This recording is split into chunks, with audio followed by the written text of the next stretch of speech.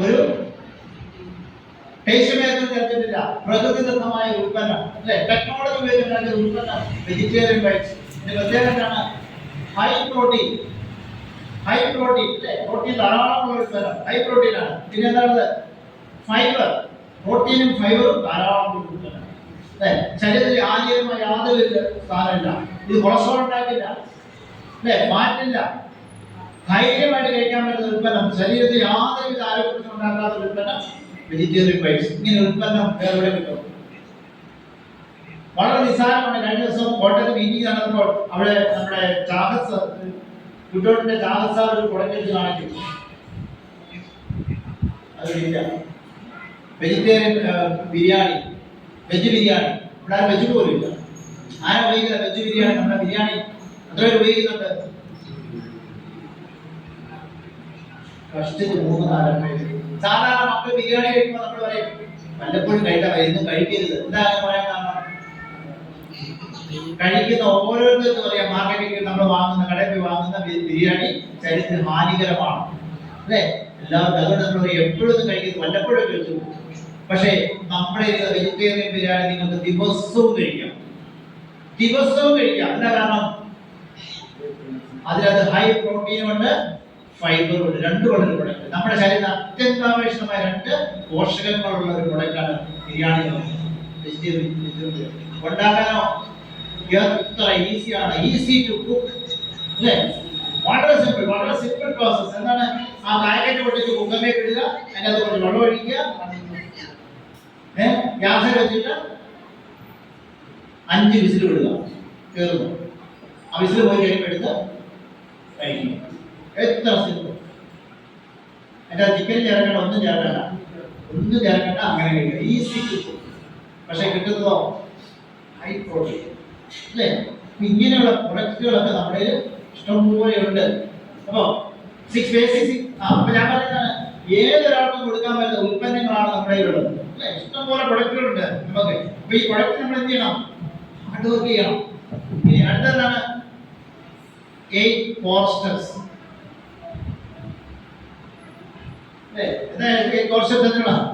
നിങ്ങളുടെ business develop ചെയ്യാനുള്ള മാർഗമാണ് ഈ കോൺസെപ്റ്റ് പ്രതിപാദിക്കുന്നത്. എത്ര പോയിന്റ് ഉണ്ട്? 8 കോൺസെപ്റ്റ് എത്ര പോയിന്റ് ഉണ്ട്? 8 പോയിന്റ് ഉണ്ട്. 8 പോയിന്റാണ് അതിനകത്തുള്ളത് അല്ലേ. ഈ പോയിന്റ് എന്താണ്? നമ്മുടെ ബിസിനസ് ഡെവലപ്പ് ചെയ്യുക എന്ന് പറഞ്ഞാൽ നാളെ നിങ്ങളെ വലിയൊരു ലീഡറാക്കി മാറ്റാം അല്ലേ. അതാണ് 8 കോൺസെപ്റ്റ്സ്. ഇനി അടുത്തെന്താണ്? 7 cardinal rules. 7 cardinal rules. ഇതിന് മാത്രം പറയുന്നത് എന്താണ്? റൂൾസ് എന്നാണ് പറയുക. ബാക്കി എല്ലാം സ്റ്റെപ്സ് ആണ്. ഇത് റൂളാണ്. റൂൾ എന്ന് പറഞ്ഞാൽ നിയമമാണ് മലയാളത്തിൽ അല്ലേ.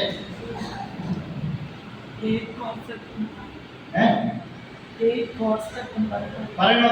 എനിക്ക് സമയമില്ല. അത് പറയണ കേട്ട് സമയം എടുക്കും. അപ്പൊ ഇത് പഠിക്കുക. ഇത് നിങ്ങൾ ടെക്നിക്കൽ വിളിച്ച് പഠിക്കുക. ഇതിനൊക്കെ സമയം ഒത്തിരി പോകും. അപ്പൊ ഇതാണ് ശരിക്കും പറഞ്ഞാൽ ആർസിമിന്റെ 21 ഗോൾഡൻ റൂൾസ് എന്നാണ് പറയുക. 21 ഗോൾഡൻ റൂൾസ്. ഇത് പഠിക്കുക, പ്രാവർത്തികം. അതാണ് work on the follow the system, work on the system എന്ന് പറയുന്നത്. സിസ്റ്റത്തിൽ വർക്ക് ചെയ്യണം, സിസ്റ്റത്തിൽ ഹാർഡ് വർക്ക് ചെയ്യണം. എനിക്കറിയാം ഇവിടെ 99% ആൾക്കാർക്ക് 21 എന്താണെന്ന് അറിയും.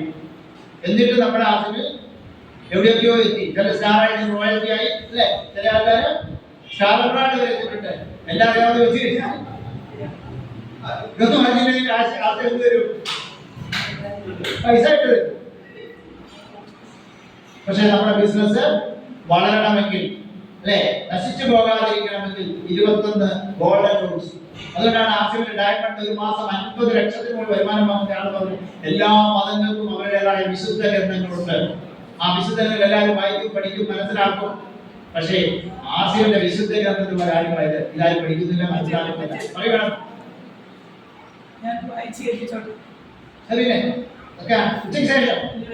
ഉച്ചയ്ക്ക്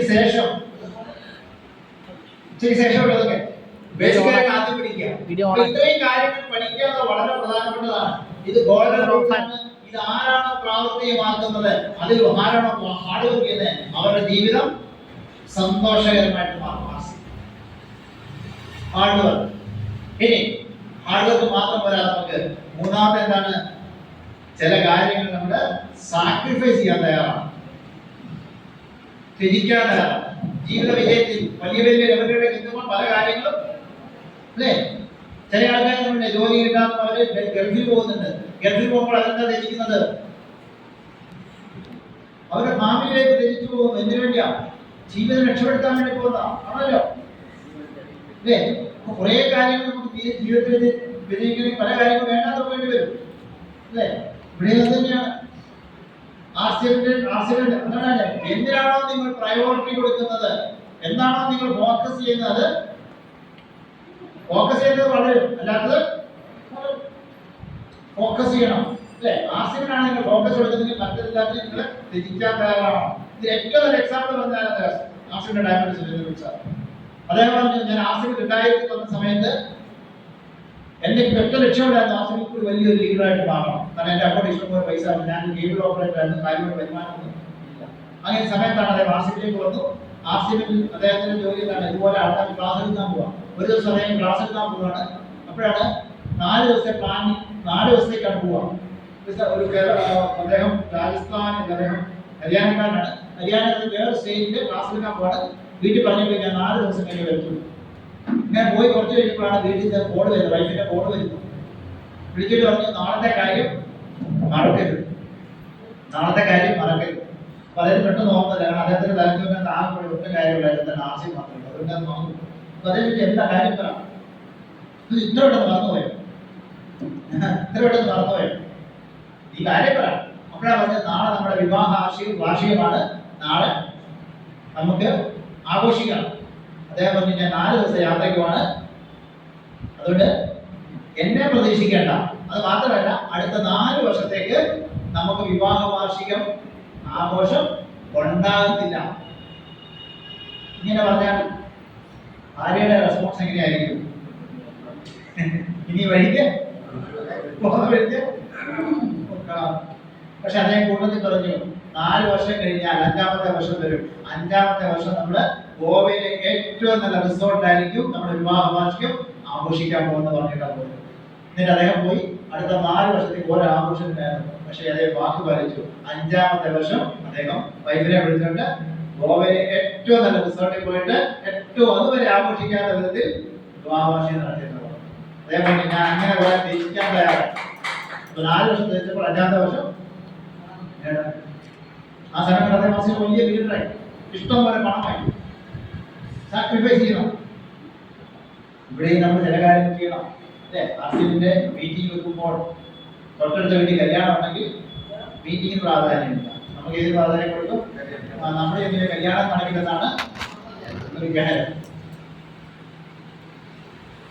ഇത്തിരി ചടങ്ങുകളൊക്കെ വരും. പക്ഷെ നമ്മൾ ഏതിനാണോ പ്രാധാന്യം കൊടുക്കുന്നത് അതിന് പ്രാധാന്യം പ്രയോറിറ്റൈസ് ചെയ്യുക. നിങ്ങളുടെ പ്രാധാന്യം ഇത് എത്ര ആണെങ്കിൽ വേണ്ട, 2, 3, 4 വർഷം അത്രേ ഉള്ളൂ അല്ലേ. അതേസമയത്ത് നിങ്ങൾക്ക് എല്ലാം എൻജോയ് ചെയ്യും. ഇപ്പൊ നമുക്ക് എൻജോയ് ചെയ്യാൻ കാരണമല്ല. ഇപ്പൊ ഒരു കല്യാണത്തിൽ പോകുന്നു, അവിടെ പോകുമ്പോൾ ഗവർണർ തന്നെ കൊടുക്കണം അല്ലേ. അവർ പോക്കറ്റ് തപ്പി നോക്കും, പിന്നെ കൊടുക്കാറുണ്ട്, വല്ല കാണോ? ഇല്ല. പക്ഷേ നല്ല ഇൻകമൊക്കെ ആയി കഴിഞ്ഞാലോ എത്ര വേണം കൊടുക്കുക, ഒരു ബുദ്ധിമുട്ടുമില്ല അല്ലേ. സുജിത്കുമാർ സാർ CP എപ്പോഴും പറയുന്നത്, നമ്മുടെ സ്റ്റാറുണ്ടി, അദ്ദേഹം പറയുന്നു, എന്റെ സുഹൃത്തുക്കൾ ആദ്യം വിളിക്കുമ്പോൾ ഞാൻ പോകത്തില്ല. പക്ഷേ ഇപ്പൊ ഞാൻ അദ്ദേഹം ചിലപ്പോൾ കല്യാണം കഴിഞ്ഞിട്ടായിരിക്കും ഇരുന്നത്. കല്യാണം കഴിഞ്ഞിട്ട് ഇരുന്ന് ഒരു കവർ കൊടുക്കും. കവർ തുറന്ന് നോക്കുമ്പോൾ അതിൽ പറയും, ഈ കല്യാണത്തിൽ എന്തെങ്കിലും വേണ്ടത് പിന്നെ എപ്പോഴും വന്നാൽ മതി. കാരണം കവറിന്റെ കാണാൻ നോക്കും. അപ്പൊ ഈ സിസ്റ്റത്തെ പഠിക്കണം, മനസ്സിലാക്കണം. ഓക്കെ, അപ്പൊ സാക്രിഫൈസ് വളരെ പ്രധാനപ്പെട്ടതാണ്. ആസ് എ ബിസിനസിന് പ്രയോറിറ്റി കൊടുക്കുമ്പോൾ നമുക്ക് മറ്റു പല കാര്യങ്ങളും ചിലപ്പോൾ ഒഴിവാക്കേണ്ടി വരും അല്ലേ.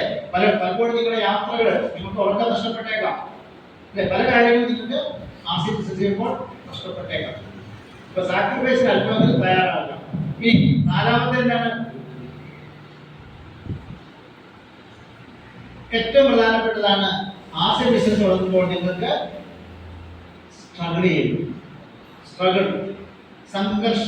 സംഘർഷഭരിതമായ ജീവിതം കിട്ടും. ആശയങ്ങൾ ഏറ്റവും തുടക്കകാലത്ത് ഏറ്റവും പ്രധാനപ്പെട്ടതാണ് സ്ട്രഗിൾ ചെയ്യുക. നമ്മൾ ഉദ്ദേശിക്കുന്നത് പോലെ ഒന്നും ആർട്സ് ബിസിനസ്. ഏറ്റവും കൂടുതൽ പ്രതിസന്ധികൾ ഉണ്ടാകുന്നത് തുടങ്ങുന്ന സമയത്താണ് അല്ലേ? ഏറ്റവും കൂടുതൽ പ്രതിസന്ധികൾ ഇവിടുന്ന് വരുന്നത് സ്വന്തം വീട്ടിൽ നിന്നുമാണ് ആർട്സ് സമയത്ത് ഏറ്റവും കൂടുതൽ ബുദ്ധിമുട്ടുണ്ടാകുന്നത് അല്ലേ? ഞാൻ തന്നെ ആർട്സ് ബിസിനസ് തുടങ്ങിയത് 2010-ലാണ്. ആദ്യം ആർട്സിന്റെ ബിസിനസ് തുടങ്ങാതെ ഞാൻ എന്ത് ചെയ്തു, എനിക്ക് മാറ്റി ഇട്ടുണ്ടായിരുന്നു. അതിനകത്ത് കുറേ സാധനം 15,000 രൂപ സാധനം കാറിന്റെ ഡിക്കിയിലും നടുക്കുന്ന സീറ്റിലും വൈഫൈ ചെയ്യുന്നത് നടക്കാനാണ് ഞാൻ ഇറങ്ങിയത്. ഞാൻ എവിടെ പോയാലും വണ്ടിക്കകത്ത് നിറച്ച് സാധനമായിരിക്കും. വൈഫൈ ഇരിക്കുന്നത് എണ്ണയുടെ കൂടെ, മക്കളിരിക്കുന്ന ആൾക്കാരുടെ കൂടെ. ഇങ്ങനെയൊക്കെയാണ് ഞങ്ങൾ യാത്ര ചെയ്തത്. എവിടെ ചെന്നാലും എന്ത് ചെയ്യും, വണ്ടി ഇങ്ങനെ തുറന്ന് ഡിക്കി ഇങ്ങനെ പൊക്കി വെക്കും. എന്തിനാ? ആൾക്കാർ കാണണം. അത് ചോദിക്കണേ എന്താ സാധനം. അത് കല്യാണത്തിന് പോയാലും മാമോദിസയ്ക്ക് പോയാലും 28 പോയാലും ഏത് പരിപാടിക്ക് പോയാലും കാണിക്കും ആൾക്കാർ. അതാണ് നമ്മൾ ചെയ്യുന്നത് അല്ലേ? ഞാൻ ഇതിനൊക്കെ പറഞ്ഞിട്ടുണ്ട്. എന്താണ്, നിങ്ങളുടെ ബന്ധുക്കളെയും സുഹൃത്തുക്കളെയും പരിചയക്കാരെയും ഒക്കെ ആശയം പറഞ്ഞ് കേൾപ്പിക്കുന്നതിനേക്കാൾ എളുപ്പം ഒരു വലിയ ആന പിടിച്ച ഓട്ടോറിക്ഷയിൽ കൊണ്ടുവന്നതാണ് ഏറ്റവും. അത്ര ബുദ്ധിമുട്ടാണ് ബന്ധുക്കളെ സുഹൃത്തുക്കളെയൊക്കെ ആശയം പറഞ്ഞ്. നിങ്ങൾക്ക് അനുഭവം കാണാം അല്ലെ? നിങ്ങളുടെ ബന്ധുക്കളെ കിട്ടിയത് അനുഭവങ്ങൾ മാത്രമേ പറയാം. ശരിക്കും സ്ട്രഗിൾ ചെയ്യേണ്ടി വരും നിങ്ങൾക്ക് ആശയത്തിന്റെ തുടക്ക സമയത്ത്. നിങ്ങളെ നിരുത്സാഹപ്പെടുത്താൻ 100 കണക്കിന് ആൾക്കാർ ക്യൂ ചെയ്യും. നിങ്ങളോട് ഒരു പ്രൊഡക്റ്റ് പോലും വാങ്ങാത്ത ആൾക്കാരുണ്ടാവും അല്ലേ? ഒക്കെ ഉണ്ടാവും. ഞാൻ തന്നെ 2000 ഞാൻ പറഞ്ഞു ആർട്സ് ബിസിനസ് ആദ്യം പോയി ചേട്ടനെ വിളിക്കുന്നു. ഞാൻ കൊണ്ടുവരാൻ 3 സാധനം വിളിച്ചിട്ടുണ്ടാവും. നമ്മൾ ഇതിന്റെ സമയം സാധനമൊക്കെ കണ്ടു. ചേട്ടൻ പറഞ്ഞു കൊള്ളാം, പക്ഷെ എന്നോട് ചോദിച്ചു നിനക്ക് വേറെ പണി നിനക്ക് ഇങ്ങനെ ആഘോഷം ജോലിക്കാരനല്ലായിരുന്നു. നിനക്ക് വേണേ സെൻട്രൽ ഗവൺമെന്റ് ജോലിയോ സ്റ്റേറ്റ് ഗവൺമെന്റ് ജോലിയോ എന്തൊരു ജോലിയൊക്കെ സ്വീകരിച്ചൂടെ? ഈ ഉപ്പും മുളകും മല്ലിയുമായിട്ട് വീട് വീഴാതെ കയറി ഇറങ്ങുന്ന പണി നിനക്കുണ്ട്. നിനക്ക് വേറെ പണിയൊന്നും. പക്ഷേ ചേട്ടൻ എന്തായാലും ഞാൻ ചെന്നതല്ലേ, നീ വന്നതല്ലേ, എത്ര രൂപ സാധനം എടുക്കുന്നു? ഞാൻ 1000 രൂപ സാധനം എടുക്കണം. നീ 1000 രൂപ സാധനം എടുക്കണം. ഞാൻ ചോദിച്ചു എന്തൊക്കെ സാധനം വേണം? എനിക്ക് ഇഷ്ടമുള്ള 1000 രൂപ, എനിക്ക് ഇഷ്ടമുള്ള 1000 രൂപ സാധനം എടുക്കാൻ. അതുകൊണ്ട് അദ്ദേഹത്തിന് ജോലി കൊടുത്തു. ഇന്ന് അദ്ദേഹം എന്റെ ടീമിലെ ടോപ്പ് ലീഡറാണ്. ഇന്ന് 80 ലക്ഷത്തിന് മുകളിലാണ് അദ്ദേഹത്തിന്റെ PV. ഇന്ന് ആളെ സ്ഥലത്തില്ല അമേരിക്കയിൽ. അപ്പൊ അന്ന് ജോലി ചെയ്തതിനുള്ള പ്രയോജനം ഇതാണ്. അത് എന്റെ എന്നോട് ചോദിച്ചു ഇനി എങ്ങോട്ടാ പോകുന്നത്? ഞാൻ പറഞ്ഞു എന്റെ താഴെ പെങ്ങളെ വീട്ടിലേക്കാം. അങ്ങോട്ടാണ് പറഞ്ഞത്. ശരി എന്നൊരു മക്കളെ പറഞ്ഞു. ഞാൻ വെളിയിൽ ഇറങ്ങി പെങ്ങളെ വിളിച്ചു. നീ ഇവിടെ റാന്നിയിലാണ്, എന്റെ വീട് വെച്ചതാണ്, പെങ്ങൾ റാന്നിയിലാണ് താമസിക്കുന്നത്. അപ്പൊ ഞാൻ പെങ്ങളെ വിളിച്ചു. ഈ വീട്ടിലുണ്ടോ ചോദിച്ചപ്പോൾ പെങ്ങൾ ഞാൻ വീട്ടിൽ. അപ്പോഴേ എനിക്ക് മനസ്സിലായിട്ട് ചേട്ടൻ വിളിച്ചു പറഞ്ഞു ആങ്ങളെ ഓളുമായി വരുന്നുണ്ട്, രക്ഷപ്പെടാമെങ്കിൽ ഇതുപോലെ എത്ര അനുഭവങ്ങൾ. അപ്പൊ ഇതൊക്കെ നിങ്ങളുടെ ജീവിതത്തിൽ ഉണ്ടാകും. അപ്പൊ നമ്മൾ കുറെ സ്ട്രഗിൾ ചെയ്യേണ്ടി വരും അല്ലേ? ആർട്സ് ബിസിനസ് നമ്മൾ പറയട്ടെ, ജീവിതത്തിൽ കുറെ സ്ട്രഗിൾ ചെയ്തതിന് ശേഷമാണ് ഞാൻ ഇവിടെ എത്തിയത് അല്ലേ? വിജയിക്കുന്നത് സ്ട്രഗിൾ ചെയ്തേ പറ്റത്തുള്ളൂ. ഇതുപോലെയുള്ള ധാരാളം അനുഭവങ്ങൾ നിങ്ങൾക്ക് അനുഭവിക്കേണ്ടി വരും. ഓക്കെ, അപ്പൊ സ്ട്രഗിൾ ചെയ്യാൻ തയ്യാറാണ്. ഇനി 5-ാമത്തേത് എന്താണ്? അപ്പൊ വെരിഫൈ, ഹാർഡ് വർക്ക് ആയി, സാക്രിഫൈസ് ആയി, സ്ട്രഗിൾ ആയി.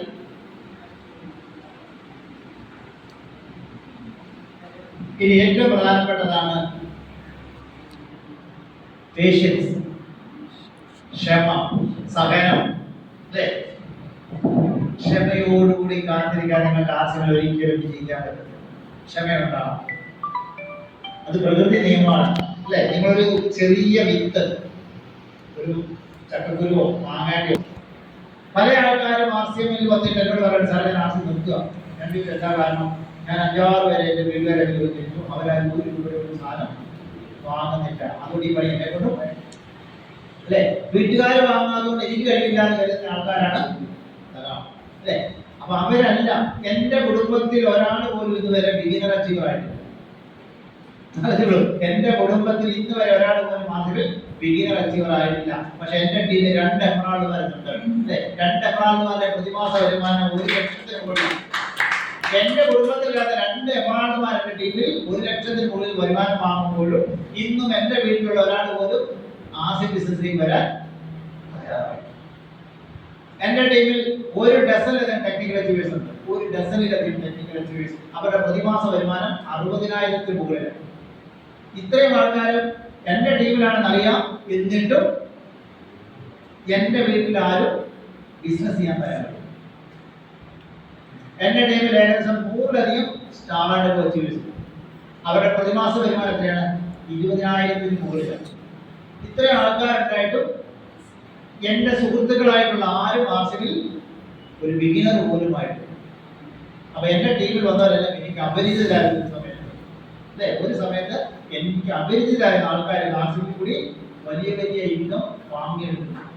അപ്പൊ നമ്മൾ മനസ്സിലാക്കുക, നമ്മൾ പ്രതീക്ഷിക്കുന്ന ആരുമായിട്ട് ആർസിൽ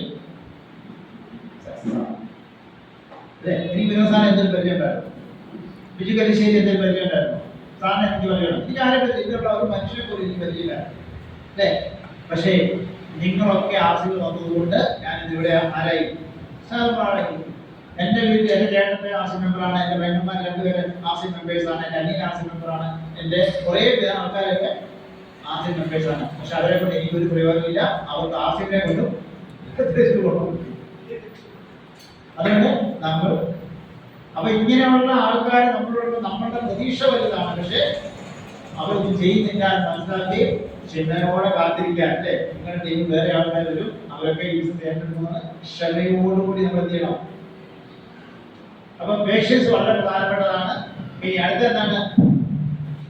ഈ ബിസിനസ് ചെയ്യാൻ നമുക്ക് ഏറ്റവും പ്രധാനപ്പെട്ട ഒരു സാധനമാണ് എന്തൂസിയാസം. എന്തൂസിയാസം എന്ന് പറഞ്ഞാൽ എന്താണ്? ഉത്സാഹം. മലയാളത്തിൽ ശരിക്കും പാലൊക്കെ അഭിനിവേശമാണ്. ഉത്സാഹം തോന്നും അല്ലെ. വെറുതെ ഇപ്പൊ ആർസി ബിസിനസ് ചെയ്യണമെങ്കിൽ ഉത്സാഹത്തോടെ ചെയ്യാനായിട്ട് ആർസിയിൽ 4 കാര്യങ്ങൾ പ്രധാനപ്പെട്ടാണ്. ആർസി ബിസിനസ് നമുക്ക് വേണ്ടതാണ് അറിവ്, കഴിവ്, സമയം, പിന്നെ താല്പര്യം. ഈ 4 കാര്യങ്ങളാണ് ശരിക്കും പറഞ്ഞാൽ ആർസി. അറിവുണ്ടാകണം, കഴിവുണ്ടാകണം, സമയമുണ്ടാകണം, താല്പര്യമുണ്ടാകണം. 4 ഉണ്ടെങ്കിൽ ശരിക്കും നമ്മൾ പ്രവർത്തിക്കും. ഇത് ഏതൊക്കെ ഒന്ന് പറഞ്ഞാലോ? സൂക്ഷിച്ച് നോക്കണ്ട. എല്ലാം വേണം. അറിവ് വേണം അല്ലെ? അറിവേണ്ടേ? മഹാനായ കുഞ്ഞുണ്ണിമാഷ് പറഞ്ഞിട്ടുണ്ട് എന്താണ്? അറിവ് നേടിയും വളരാം, അറിവ് നേടാതെയും വളരാം. അറിവ് നേടി വളരുന്നയാൾ വിളയും, അറിവ് നേടാതെ വളരുന്നയാൾ വളയും. അറിവ് നേടാതെ വളരുന്ന ഓരോരുത്തരും വളയും. ഒരു സംശയം വേണം. അതുകൊണ്ടാണ് അറിവ് നേടി വളരണമെന്ന് പറയുന്നത്. ആർസിനെ പറ്റി അറിവ് ഏറ്റവും പ്രധാനപ്പെട്ടതാണ്. ആർസിന്റെ പ്രൊഡക്റ്റിനെ പറ്റിയുള്ള അറിവ്, ആർസിന്റെ സിസ്റ്റത്തെ പറ്റിയുള്ള ആർസി എന്ത് തരും എന്നുള്ള അറിവാണ് ഏറ്റവും പ്രധാനം. ആർസി എന്ത് തരും? ആർസി എല്ലാം തരും പറഞ്ഞ മോളോട്ട് നോക്കി കഴിഞ്ഞാൽ അല്ലെ. അപ്പൊ നമ്മുടെ അറിവ് വികസിപ്പിക്കുക, കഴിവ് കൂട്ടുക, സമയം കൂടുതൽ സ്പെൻഡ് ചെയ്യുക, താല്പര്യം ജനിപ്പിക്കുക. അങ്ങനെ ആർസിയിലേക്ക് കടന്നു വന്ന് ഈ പറഞ്ഞ കാര്യങ്ങളൊക്കെ ചെയ്തു കഴിഞ്ഞാൽ നമ്മൾ എവിടെ നിന്നാണ് പറഞ്ഞത്? സന്തോഷാവസ്ഥയിൽ അല്ലെ, സന്തോഷത്തിലേക്ക് എത്താൻ പറ്റും. ഭാഗ്യവാനായിട്ട് എവിടെയാണ് തുടങ്ങിയത് അല്ലേ. അപ്പൊ ആർസി എന്ന സംവിധാനം ഒരു വ്യക്തിയെ ഭാഗ്യവാനാക്കും. സന്തോഷത്തിലേക്ക് എത്തണമെങ്കിൽ ആൾക്ക് ആദ്യം വിശ്വാസം ഉണ്ടാവണം. പിന്നെ എന്താണ്? ഹാർഡ് വർക്ക് ചെയ്യാൻ തയ്യാറാണ്. പിന്നെ എന്താണ്? ചില കാര്യങ്ങൾ സാക്രിഫൈസ് അല്ലെ, ചില കാര്യങ്ങൾ ഉപേക്ഷിക്കാൻ തയ്യാറാണ്. നന്നായിട്ട് സ്ട്രഗിൾ ചെയ്യാൻ തയ്യാറാണ്. പിന്നെ എന്താണ്? ക്ഷമയോടുകൂടി കാത്തിരിക്കണം. പിന്നെ എന്താണ്? എല്ലാത്തിനും ഉപരി ഒരു എന്തൂസിയാസം, ഉത്സാഹത്തോടെ ചെയ്യാൻ പറ്റും. അങ്ങനെയെങ്കിൽ നിങ്ങളുടെ ജീവിതം ബ്ലിസ്ഫുൾ ആയിട്ട് മാറുന്നതാണ്, അനുഗ്രഹമായിട്ട് മാറും. നിങ്ങളുടെ ജീവിതം നിങ്ങൾക്ക് അനുഗ്രഹമായിട്ട് മാറും, അനേകർക്ക് അനുഗ്രഹമായിട്ട് മാറും. അതുകൊണ്ടാണ് TCG കമ്പനിയുടെ MD TCG അദ്ദേഹം പ്ലാൻ ബുക്കിൽ പറഞ്ഞിട്ടുണ്ട്, ആർസി എന്ന പ്രസ്ഥാനത്തിന്റെ ലക്ഷ്യം മനുഷ്യജീവനെ കൂടുതൽ സമൃദ്ധവും ആനന്ദപൂർണവുമാക്കാൻ പറഞ്ഞിരിക്കുന്നത് അല്ലെ. ആനന്ദപൂർണം, ആനന്ദം തന്നെ പറയും. നിങ്ങളുടെ ആനന്ദം പൂർണ്ണമാക്കുക. എപ്പോഴും ആനന്ദം പൂർണ്ണമാകുന്നത്, ആനന്ദപൂർണ്ണമാകുന്ന ലൈഫ്. ഞാൻ വെറുതെ പറഞ്ഞാൽ നിങ്ങൾ പ്ലാൻ ബുക്ക് പഠിക്കുക, എല്ലാം എഴുതിയിട്ടുണ്ട്. ആർസിഎം റൈറ്റ് കൺസെപ്റ്റ് മാർക്കറ്റിംഗ് എന്ന പ്രസ്ഥാനത്തിന്റെ ലക്ഷ്യം മനുഷ്യജീവനെ കൂടുതൽ സമൃദ്ധവും ആനന്ദപൂർണവുമാക്കുക. അപ്പൊ ആനന്ദപൂർണ്ണമാണെങ്കിൽ പറഞ്ഞ കുറെ കാര്യങ്ങൾ ആലോചിക്കുകയും, ഒന്ന് ഹെൽത്തി ബോഡി ഉണ്ടാകണം, 2 ജീവിക്കാൻ നല്ലൊരു വരുമാനം ഉണ്ടാകണം, 3-മത്തേത് സ്നേഹമുള്ള ഭവനം ഉണ്ടാകണം, നല്ല സുഹൃത്തുബന്ധങ്ങൾ ഉണ്ടാകണം, ശാന്തമായ ഒരു മനസ്സുണ്ടാകും. അല്ലേ? അതൊക്കെ ആകുമ്പോൾ നമ്മുടെ ജീവിതം ആനന്ദപൂർണ്ണമാണ്. അതിനുവേണ്ടിയുള്ളൊരു സംവിധാനമാണ് ഹാസ്യം. ഇതിനെ നമുക്ക് മനസ്സിലാക്കാൻ പറ്റണം. പക്ഷേ നമ്മുടെ ഇന്നത്തെ പ്രശ്നം എന്താ? ആരോഗ്യമില്ല, നല്ലൊരു വരുമാനമില്ല, അല്ലേ? നമ്മുടെ പ്രധാനപ്പെട്ട കാര്യങ്ങളാണ് പറഞ്ഞത്. ഇവിടെ ഒരു ചെറിയ ഫോർമുല നിങ്ങളെ പഠിപ്പിക്കാം. നമുക്കെല്ലാം വളരെ പരിചിതമായ ഒരു ഫോർമുലയാണ്. അപ്പം ആരോഗ്യത്തിന് ആവശ്യമായ ഉൽപ്പന്നം ഉപയോഗിക്കുക, വരുമാനത്തിന് വേണ്ടി എന്ത് ചെയ്യണം? നമ്മളെല്ലാവരും അറിയുന്ന ഒരു സാധനമാണ് വരുമാനം. നിങ്ങൾ ആ സാധനത്തെ കേട്ടിട്ടോ? വരുമാനം, വരുമാനം, ഇൻകം. ഇതിനു വേണ്ടിയാണ് എല്ലാവരും മെനക്കെടുന്നത്. വരുമാനം ഉണ്ടാക്കാനുള്ള നെട്ടോട്ടത്തിലാണ്. പക്ഷെ വരുമാനത്തിന് ഒറ്റ പ്രത്യേകത എന്താണെന്നറിയാം? വരുമാനം കണ്ണുനീര് പോലെയെന്ന് പറയും. എന്താണ് വരുമാനത്തിന് പ്രത്യേകത? വരുമാനം കണ്ണുനീര് പോലെയാണ്. കാരണം അത് ഒരിടത്തു നിന്ന് മാത്രമേ കണ്ണുനീര് വരുന്ന ഒറ്റ സൗകര്യം. പക്ഷേ വരുമാനം വരുമ്പോൾ അതിന്റെ കൂടെ വേറെ സാധനം ഉണ്ടാവും. എന്താണ്? വരുമാനമുള്ള ആളുള്ളതാണ് ചെലവ്. വരുമാനം ഇല്ലാത്ത ചെലവാക്കാൻ പറ്റും. വരുമാനം ഉണ്ടെങ്കിൽ ചെലവുണ്ടാവും. കുറച്ച് വരുമാനം ഉള്ളത് കുറച്ച് ചെലവുണ്ടാവും. കൂടുതൽ വരുമാനം ഉള്ളത് കൂടുതൽ ചെലവുണ്ടാവും. അല്ലേ? വരുമാനം ചെലവ് തമ്മിൽ ബന്ധമുണ്ട്. അല്ലേ? ആ ബന്ധം എന്താ നോക്കി? വരുമാനത്തിൽ നിന്ന് അതിൻ്റെ ഇടയ്ക്ക് ഒരു വലയിട്ടാൽ, വരുമാനത്തിന്റെയും ചെലവിന്റെ ഇടയ്ക്ക് വലയിട്ടാൽ എന്തായിട്ട് മാറും? വല മാത്രമേ ഇടാവുള്ളൂ. വരുമാനത്തിൽ നിന്ന് ചെലവ് കുറച്ചാൽ മിച്ചം ഉണ്ടാവും. മിച്ചം കേട്ടിട്ടുണ്ടാവും. എവിടെ മിച്ചം ഉണ്ടാകുന്നത്? വരുമാനത്തിൽ നിന്ന് ചെലവ് കഴിച്ചു വരുന്നതാണ് മിച്ചം എന്ന് പറഞ്ഞത്. ഈ മിച്ചം എന്തിനുള്ളതാണ്? ഫ്യൂച്ചർ ലൈഫിനുണ്ടാവും. ഇന്നത്തേക്കുള്ള ഇപ്പത്തേക്കുള്ളല്ല, അത് ബാക്കി വെക്കാറുണ്ട്. മിച്ചം ഉണ്ടാവും. പക്ഷെ നമ്മുടെയൊക്കെ അപ്പോൾ ഇഷ്ടംപോലെ മിച്ചം കിടപ്പുണ്ടല്ലോ.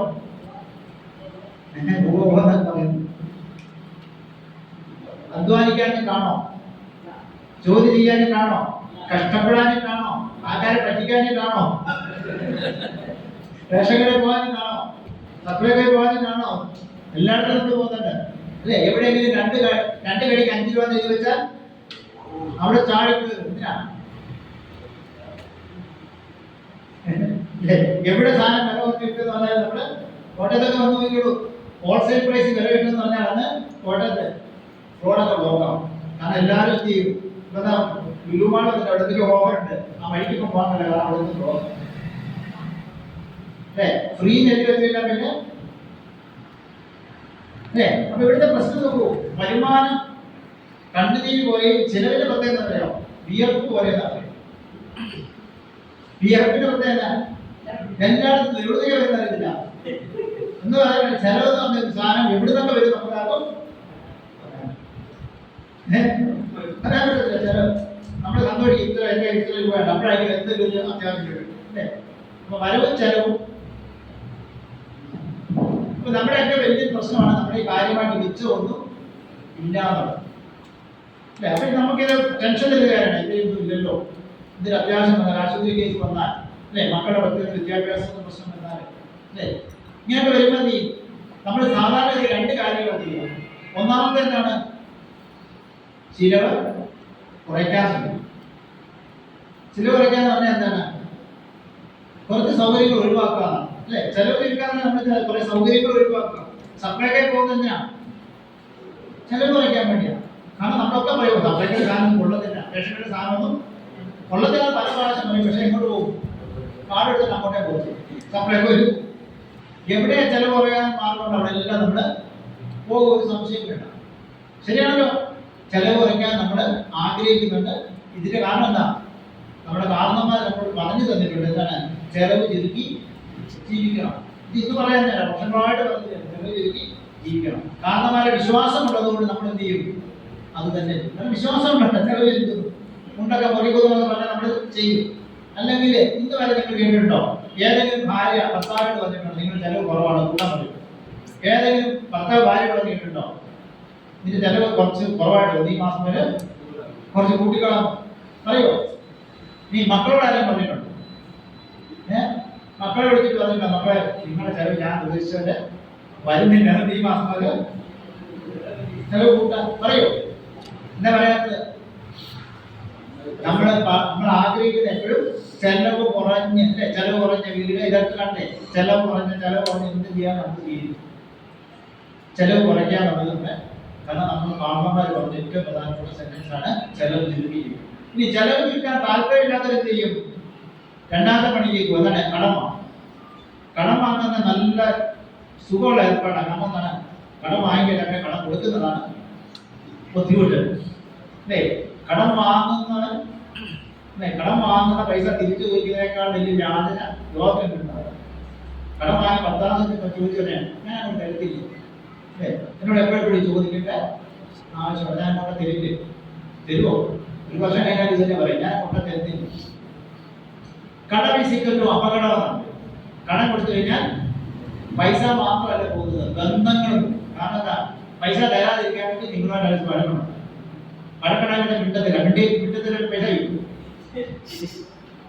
എനിക്കറിയാം പല ഷോപ്പുകളിലും ആൾക്കാർ സാധനം വാങ്ങിയിട്ട് പിന്നെ കടയിൽ പോകുന്നത്, വേറെ കടയിൽ പോയിട്ട് അങ്ങനെ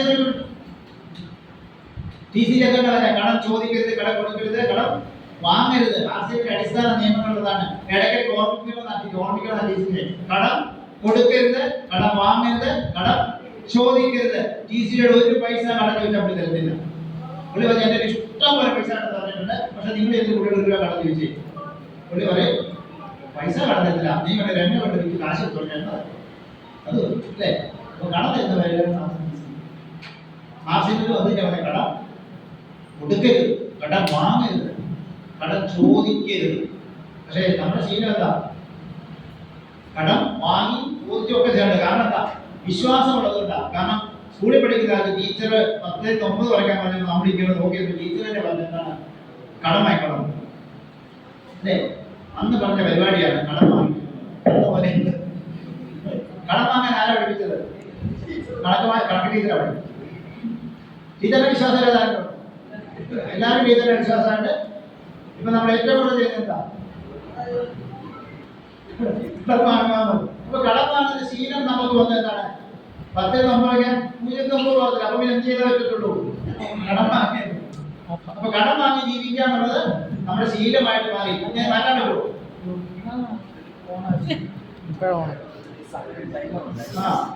അപ്പൊ നമുക്ക് വിശ്വാസമുള്ള കാര്യങ്ങൾ നമ്മൾ എന്ത് ചെയ്യും? നമ്മുടെ തലക്കാട്ട് അങ്ങനൊന്നുമല്ല. അപ്പൊ ഇവിടെയാണ് നമ്മൾ അറിയേണ്ട കാര്യം. ഇത് രണ്ടും ഒഴിവാക്കാൻ ഒറ്റ മാർഗമുള്ളൂ. എന്താണ്? ഇതിനെപ്പറ്റി ചിന്തിക്കാതിരിക്കുക, ഇതിനെപ്പറ്റി മാത്രം ചിന്തിക്കുക. നിങ്ങൾ എന്താണോ ചിന്തിക്കുന്നത്, എന്താണോ ഫോക്കസ് ചെയ്യുന്നത് പറയുന്നത്. നിങ്ങൾ ചെലവിനെയാണ് ഫോക്കസ് ചെയ്യുന്നതെങ്കിൽ ചെലവ് കൂടും. നിങ്ങൾ വരുമാനത്തെയാണ് ഫോക്കസ് ചെയ്യുന്നതെങ്കിൽ അത് പ്രകൃതി നിയമമാണ്. നിങ്ങൾ എന്തിനാ ഫോക്കസ് ചെയ്യുന്നോ അത് പറയും. നമ്മൾ എത്രയും നാൾ ഫോക്കസ് ചെയ്ത് എന്തിനാണ്? ചെലവിനെയാണ്. അതുകൊണ്ട് നമ്മുടെ ചെലവ് കൂടി. നമ്മൾ വരുമാനത്തെ ഫോക്കസ് ചെയ്തില്ല, അതുകൊണ്ട് വരുമാനം കൂടി. നമ്മളൊരു ആഗ്രഹം പ്രകടിപ്പിച്ചാൽ പ്രകൃതി പോലും നമ്മുടെ കൂടെ നിന്ന് ആഗ്രഹം സഫലമാക്കിയിട്ടുണ്ട്. ഇപ്പൊ നമ്മളെ ആഗ്രഹിക്കുന്ന ചെലവ് പറയേണ്ടതാ. പ്രകൃതി കൂടും, നിങ്ങൾ ചെലവ് കൂട്ടാൻ നിങ്ങളുടെ കൂടെ. ഇവിടെ വരുമാനം എങ്ങനെ വർദ്ധിപ്പിക്കും അല്ലേ? നിങ്ങൾ ആലോചിച്ചോളൂ. നിങ്ങളുടെ വരുമാനം കൂടുകയാണെങ്കിൽ എന്ത് സംഭവിക്കും? ചെലവ് നിങ്ങളെ സംബന്ധിച്ചിടത്തോളം പ്രസക്തമല്ലാതായി. പൈസ വളരെ ചെലവ് വിഷയമാണ് ആണോ? ഇന്ന് നമുക്കെല്ലാം വിഷയമാണ് നമ്മുടെ ചെലവ്. കാരണം എന്താ? നമ്മുടെ പൈസ കുറവായത്. പൈസ ഉണ്ടെങ്കിൽ പിന്നെ ഒരു പ്രശ്നമില്ല. പൈസ ഉണ്ടെങ്കിൽ വിഷയമില്ല. ഉണ്ടോ? നിങ്ങൾ നല്ലൊരു മൊബൈൽ കടയിൽ കയറുന്നു, നിങ്ങൾക്ക് ഇഷ്ടപ്പെട്ടൊരു മൊബൈൽ, സംഗതി വളരെ നല്ലതാണ്. വില ചോദിച്ചപ്പോൾ അതേപോലെ വില നമ്മുടെ പൈസ കയ്യിലേക്ക് എന്ത് ചെയ്യും? ആ മൊബൈൽ കാത്തു വെച്ചിട്ട് നിങ്ങൾ വേറെ മൊബൈൽ എടുക്കും. കാരണം എന്താ? ആദ്യത്തെ മൊബൈലിന് കൊടുക്കാനുള്ള പൈസ നിങ്ങളുടെ കയ്യിൽ ഇല്ലാത്തതുകൊണ്ടാണ്. സാധനം ഇഷ്ടമില്ലാത്തതുകൊണ്ടാണോ? അല്ല, സാധനം നല്ല ഇഷ്ടമാണ്, പക്ഷെ അത് കൊടുക്കണമെങ്കിൽ അത് വാങ്ങണമെങ്കിൽ എന്ത് ചെയ്യണം? പൈസ. ആ പൈസ എൻ്റെ ഇല്ലെങ്കിൽ ഞാനത് വാങ്ങുന്നത്. പക്ഷെ കൈ പൈസ ഉണ്ടെങ്കിലോ അത് വാങ്ങും. കാരണം എൻ്റെ പൈസ ആണെങ്കിൽ എനിക്ക് നോക്കേണ്ട ആവശ്യമില്ല. ഇഷ്ടമുള്ളത് വാങ്ങാൻ പറ്റണമെങ്കിൽ നമ്മുടെ അതനുസരിച്ച്. അപ്പൊ RCM എന്നൊരു സംവിധാനത്തെ പറ്റി ഒരു സ്ത്രീ ഒരിക്കൽ പറഞ്ഞിട്ടുണ്ട്. എന്താ പറഞ്ഞെന്നറിയാം? RCM ലോകത്തിലെ 8ാമത്തെ അത്ഭുതമാണ്. RCM ലോകത്തിലെ 8ാമത്തെ അത്ഭുതം. ആരാ പറഞ്ഞത്? ഇരമേന്ന് പറഞ്ഞിട്ടില്ല.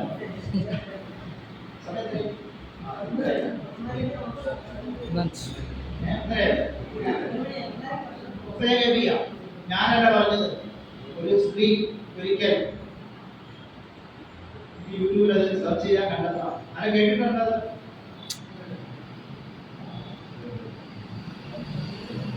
കേൾക്കണം. അപ്പോൾ നിങ്ങൾ ആർസിഎമ്മിന്റെ പൊട്ടൻഷ്യൽ എന്താണെന്ന് മനസ്സിലാവണമെങ്കിൽ ഇതൊക്കെ കേൾക്കുമ്പോഴേ മനസ്സിലാവും.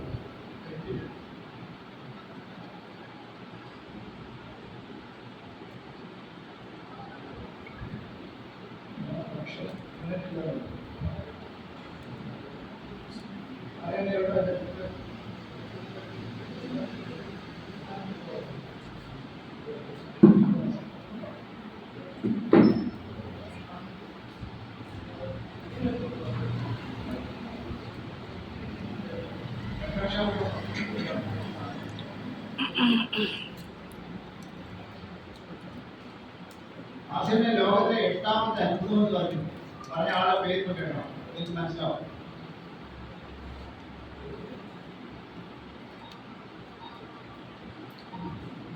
അവരുടെ പേര് മിലൻ പണ്ഡിറ്റ്. മിലൻ പണ്ഡിറ്റ് എന്നാണ്. മിലൻ പണ്ഡിറ്റ്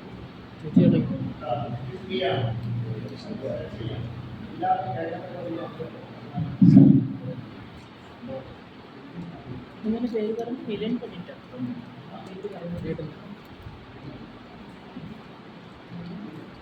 പേര് പറഞ്ഞു. മിലൻ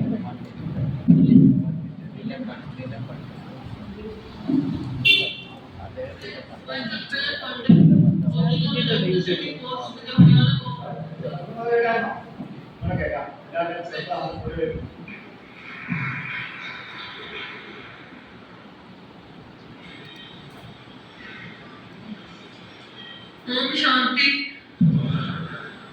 जय आरसीएम की। Friends, myself Milan Pandit, working on an administrative post with the Haryana government since last 15 years. Friends, शुरू में जब सतीश जी ने इस बिजनेस को ज्वाइन किया, I did not have faith in this business. I used to think that it's just like any other company which will one day vanish from the market. But friends, मेरा यहाँ सोचना गलत था. आज सतीश जी हमारे बीच में नहीं है, but the company is still very much there. And friends, you look at the credibility of the company, that even if I am not active in this business and my now husband is no more, but still the company is every month sending me approximately 3 lakhs in my bank account.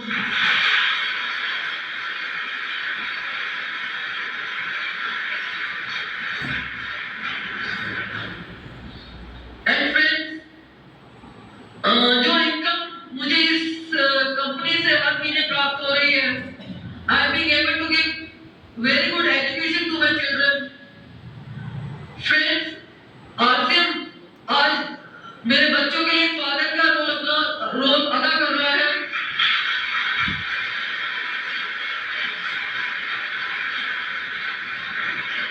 जैसे एक father अपने बच्चों की हर requirement को पूरा करता है, इसी तरह से आरसीएम भी मेरे बच्चों की हर रिक्वायरमेंट को पूरा कर रहा है.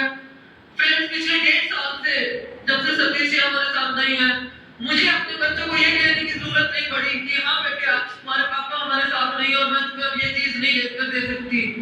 But friends, it is the reverse. आज मेरे बच्चे जिस भी टॉय पर हाथ रखते हैं या जिस भी कपड़े पर हाथ रखते हैं, मैं उसका एमआरपी नहीं देखती हूँ. मैं फटने से सेल्समैन को कहती हूँ साइड को पैक करिए.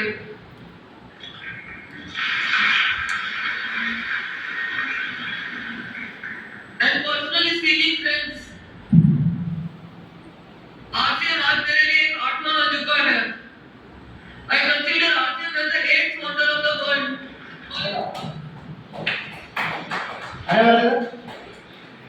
ഞാൻ പറഞ്ഞ നിങ്ങൾ പറയും. ഞാൻ പറഞ്ഞാൽ നിങ്ങൾക്ക് വിശ്വാസം വരുന്നത്. അതുകൊണ്ടാണ് ഞാൻ അവരെ പറഞ്ഞത്. ഒരു സ്ത്രീ ഒരു പറഞ്ഞതാണ്, കഴിഞ്ഞ 15 വർഷമായിട്ട് ഞാൻ ഹരിയാന ഗവൺമെന്റിൽ അഡ്മിനിസ്ട്രേറ്റീവ് ഓഫീസറായിട്ട് വർക്ക് ചെയ്യുന്ന ആളാണ്. അല്ലേ? എങ്ങനെ പറഞ്ഞു?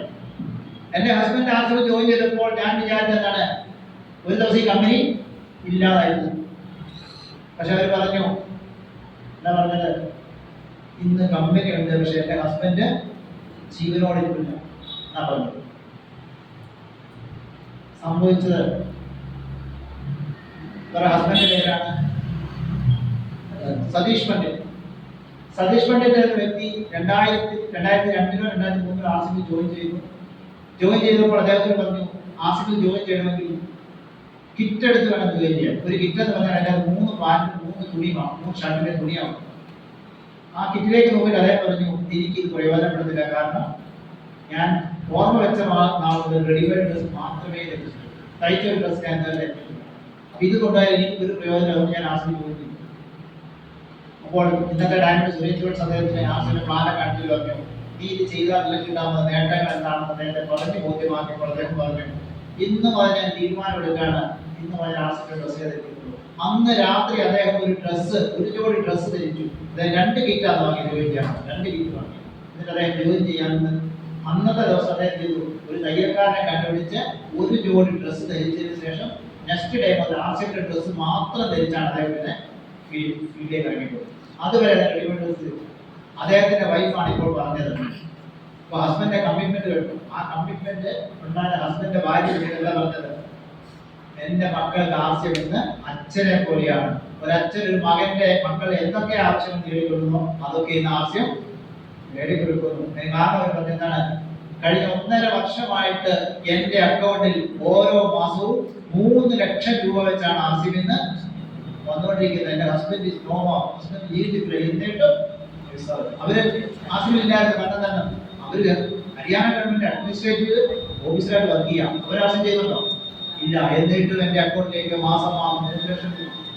അവർ പറഞ്ഞ ഏറ്റവും പ്രധാനപ്പെട്ട എന്റെ മക്കള് ഏതെങ്കിലും ഒരു കളിപ്പാട്ടത്തിന്റെയോ ഒരു തുണിയുടെ മോളിൽ പോയി കൈവച്ചാൽ ഞാൻ MRP പോലും നോക്കാതെ സെയിൽസ്മാനോട് റിപ്പാക്ക് ചെയ്തോളാം. MRP പോലും ഞാൻ നോക്കാതെ. ഇപ്പൊ ഞാൻ അതാ പറഞ്ഞത്, നമ്മൾ മൊബൈലിലൂടെ ചെന്നപ്പോൾ വില കേട്ടപ്പോൾ നമ്മൾ ആ മൊബൈൽ അവിടെ തിരിച്ചു വെച്ചിട്ട് എന്ത് ചെയ്തു, അടുത്ത മൊബൈൽ അന്വേഷിച്ചു. RCM എന്ന സംവിധാനത്തിൽ വന്ന ഒരാൾ പറയാണ്, ഞാൻ MRP നോക്കാറില്ല, ഒന്നും നോക്കാറില്ല, ഞാൻ പാക്ക് ചെയ്യാൻ മാത്രമേ പറയാം. എനിക്ക് ഇഷ്ടമുള്ള പ്രൊഡക്റ്റ്, എന്റെ മക്കൾക്ക് ഇഷ്ടമുള്ള സാധനം പാക്ക് ചെയ്യാനേ പറയാറുള്ളൂ. അതുകൊണ്ട് ആസിഫിനെ അവർ പറഞ്ഞ 8 രൂപ 5 രൂപ എന്ന് പറഞ്ഞാൽ I consider RCM as the 8th wonder of the world എന്നാണ്.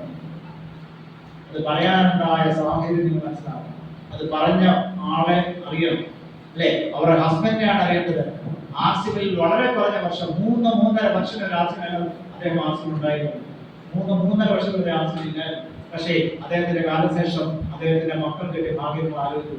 എത്ര ലക്ഷങ്ങളാണ് മാസം തരുന്നത്. ആരാ ചെയ്യേണ്ടത്? കഴിഞ്ഞ മാസം നമുക്ക് കേരളത്തിലെ ശ്യാമലപാൽ സാർ എന്ന വ്യക്തി വന്നിട്ടില്ലേ? അദ്ദേഹത്തെ കണ്ടുവരുന്നവരുണ്ട്. ഇവിടെ വളരെ കുറച്ച് ആൾക്കാരുണ്ട്. അദ്ദേഹം പറഞ്ഞതാണ്, അദ്ദേഹത്തിന്റെ വിവാഹം നടന്നത് 2005-ലാണ്.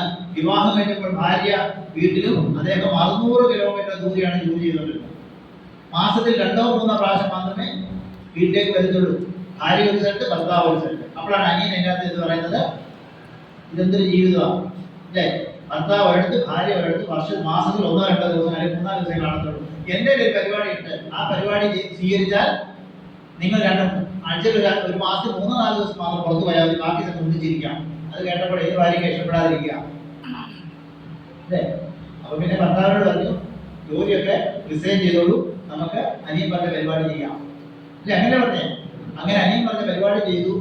അപ്പോഴാണ് ആദ്യത്തെ മാസത്തിന്റെ പരിപാടി മനസ്സിലായിരുന്ന 25,000 രൂപ വരുമാനം കിട്ടിയിട്ടുള്ള ജോലി റിസൈൻ ചെയ്തിട്ട് RCM ബിസിനസ് ചെയ്യാൻ തുടങ്ങി. RCM ബിസിനസ് ചെയ്ത ആദ്യത്തെ മാസം കിട്ടിയ വരുമാനം ചെക്ക് രൂപത്തിലാണ് കിട്ടിയത്. എത്ര രൂപ? 514 ചെക്കായിട്ട്. 25,000 രൂപയുടെ ജോലി കിട്ടിയിട്ട് RCM ബിസിനസ് ചെയ്യാൻ തുടങ്ങി ആൾ കിട്ടിയത് 514 രൂപ. ഇത് സംഭവിക്കാതിരിക്കുന്നത് അടി അവിടെ തുടങ്ങും. സ്നേഹമുള്ള ഭവനമൊക്കെ കഴിഞ്ഞു. പക്ഷേ RCM വരെ കൊണ്ട് അനിയൻ പറഞ്ഞു, എന്താ പറഞ്ഞത്? RCM ബിസിനസ് സ്ട്രഗിൾ ചെയ്യാനുള്ള ബിസിനസ്സാണ്, സാക്രിഫൈസ് ചെയ്യാനുള്ളതാണ്. ഉറച്ച തീരുമാനത്തോടെ നിങ്ങൾ ഈ പ്രസ്ഥാനത്തിൽ നിന്ന് കഴിഞ്ഞാൽ RCMന്റെ പ്ലാൻ അനുസരിച്ച് നിങ്ങൾ RCMന്റെ വലിയൊരു ലീഡറാവും. നിങ്ങളുടെ ലൈഫ് സന്തോഷകരമായി തീരും. വിശ്വാസം ഉണ്ടെങ്കിൽ RCM ചെയ്തോളാനാണ് പറഞ്ഞത്. അവിടെയാണ് അത്രയുടെ പ്രാധാന്യം. അനിയനാണ് ചേട്ടത്തിയോട് പറഞ്ഞത്, അനിയനാണ് ചേട്ടനോട് പറഞ്ഞത്. ചേട്ടനും ചേട്ടത്തി വിശ്വസിക്കാൻ തയ്യാറായതുകൊണ്ട് അവർ ഇന്ന് ആർസിഎമ്മിന്റെ സ്റ്റാർ കൂടിയാണ്. ഇന്ന് അവർ ഒരു മാസം വരുമാനം എത്രയാ? 5 ലക്ഷത്തിന് മുകളിൽ വരുമാനം കിട്ടുന്നു. അവർ 16 ദിവസം കേരളത്തിലുണ്ട്. 16 ദിവസം കേരളത്തിലുണ്ടായിരുന്നു അല്ലേ? അവർ കേരളത്തിൽ അങ്ങോളം ഇങ്ങോളം 16 ദിവസം യാത്ര ചെയ്തു. അവർ പറഞ്ഞു ഞങ്ങൾ വേറെ ഒരു ലോഡ്ജിലോ ഹോട്ടലിലോ ഒന്നും അല്ലാതെ താമസിച്ചത് ആർസിഎം മെമ്പേഴ്സിന്റെ വീട്ടിലാണ് താമസിച്ചത്. കാരണം എന്താണ്? ഇവിടെ അവർക്ക് നല്ല സുഹൃത്ത് ബന്ധങ്ങൾ ഉണ്ടായി ആർസിഎമ്മിൽ. അദ്ദേഹം പറഞ്ഞ ഏറ്റവും പ്രധാനപ്പെട്ട സെന്റൻസ് എന്താണെന്നറിയോ?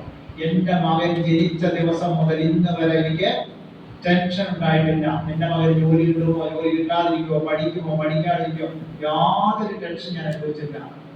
അതിന് കാരണം എന്താണ്? ആർസിഎം എന്റെ കൂടെയുള്ളൂ. ആ വിശ്വാസമാണ്. ആർസിഎം എന്റെ കൂടെയുള്ളത് എനിക്ക് പേടിക്കാനൊന്നുമില്ല. കാരണം എന്താണ്? എന്റെ മകന് ജോലി സമയമാകുമ്പോൾ എന്റെ വരുമാനം എവിടെ എത്തുമെന്ന് പ്ലാൻ അനുസരിച്ച് എനിക്ക് മനസ്സിലാവും അല്ലേ? ഞാനിത് കണക്കൂട്ടി വെച്ചിട്ടുണ്ട്. മനസ്സിലാവോ? അദ്ദേഹത്തിന്റെ മകൻ ഇപ്പൊ 3-4 വയസ്സുള്ളൂ, അല്ലെങ്കിൽ 10 വയസ്സ് താഴെയുള്ളൂ. ആ മകന് ഒരു 10-20 വയസ്സാകുമ്പോൾ ഈ ശ്യാമ ഒരുപാട് വ്യക്തി ആർസിഎമ്മിന്റെ ഡയമണ്ട് ആയിരിക്കും. അന്ന് അദ്ദേഹത്തിന്റെ അക്കൗണ്ടിൽ മിനിമം എത്ര വരും? 25 ലക്ഷം രൂപ. 25 ലക്ഷം രൂപ വരുമാനം വരുന്ന അച്ഛന്റെ മകൻ എവിടെ ജോലിക്ക് പോകും? ഈ വിശ്വാസം ആർക്കുണ്ടായി?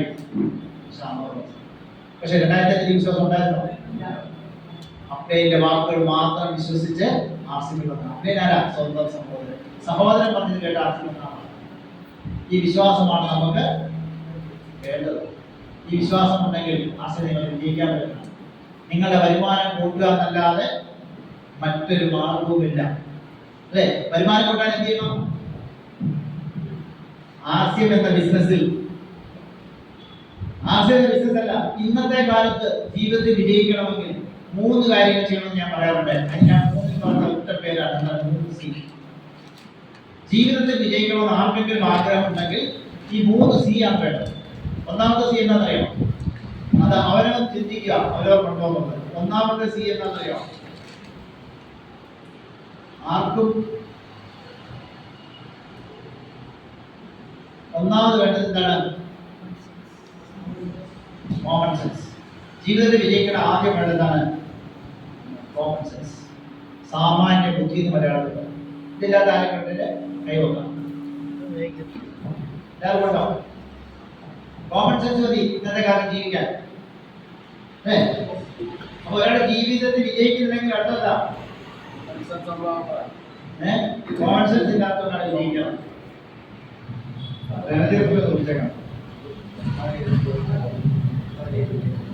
ഞങ്ങളുടെ പറയാൻ സമയമില്ലാതെ പറയുന്നത്. രണ്ടാമത് എന്താ വേണ്ടത്?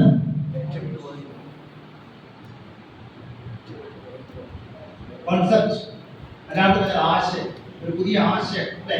സ്റ്റാർട്ടപ്പിന്റെ കാലമാണ്. പുതിയ പുതിയ ആശയങ്ങൾ ഇഷ്ടംപോലെ നമ്മുടെ നാട്ടിൽ വരുന്നുണ്ട്, വിജയിപ്പിക്കുന്നുണ്ട് അല്ലെ? ഒരു ആശയം നിങ്ങൾ കേട്ടിട്ടുണ്ടോ? ഓയോ റൂട്ട്സ് കേട്ടിട്ടുണ്ടോ? ഓയോ റൂട്ട്സ്. നിങ്ങൾ ആശയത്തെ കേട്ടിട്ടുണ്ടോ? എന്താണിത്? ഒരു ഹോട്ടൽ ശൃംഖലയാണ്. ഒരു ഹോട്ടൽ പോലും സ്വന്തമായിട്ടില്ലാത്ത ഒരു ആള് തുടങ്ങിയതാണ് ഓയോ റൂട്ട്സ്. ഏതാണ്ട് 50,000-ഓളം ഹോട്ടലുകൾ ഈ ശൃംഖലയിലുണ്ട്. ഒരു ഹോട്ടലിൽ 1 രൂപ ഒരു മാസം കിട്ടിയാൽ അതിന്റെ ഉടമസ്ഥന്റെ വരുമാനം എത്രയാണ്? സ്വന്തമായിട്ട് ഒരു ഹോട്ടലില്ല. പക്ഷെ അദ്ദേഹത്തിന്റെ ശൃംഖല എന്താണ്? ഒരു ഗ്രൂപ്പ് ഓഫ് ഹോട്ടൽസ് ആണ്. ഇന്ത്യയിൽ എവിടെ ചെന്നാലും നിങ്ങൾക്ക് ഓയോ റൂട്ട്സ് ഉണ്ട്. ഓൺലൈനായിട്ട് നിങ്ങൾ വീട്ടിൽ കൊണ്ട് നിങ്ങൾക്ക് എന്ത് ചെയ്യാം? ഇന്ത്യയിൽ എവിടെയും ബുക്ക് ചെയ്ത് താമസിക്കാനോ കുമരകത്തുണ്ട്, ഇവിടെ ഉണ്ട് ഓയോ റൂട്ട്സ്. സ്വന്തമായിട്ട് ഒരു ഹോട്ടൽ പോലും ഇല്ലാത്ത ആളാണ് ഇതിന്റെ ഉടമസ്ഥൻ. അപ്പൊ അദ്ദേഹത്തിന് ഒരു ദിവസം, ഒരു മാസം 1 രൂപ ഒരു ഹോട്ടലിൽ കിട്ടിയാൽ അദ്ദേഹത്തിന്റെ മന്ത്രി എത്രയാണ്? 50,000. 2 രൂപ കിട്ടിയാലോ?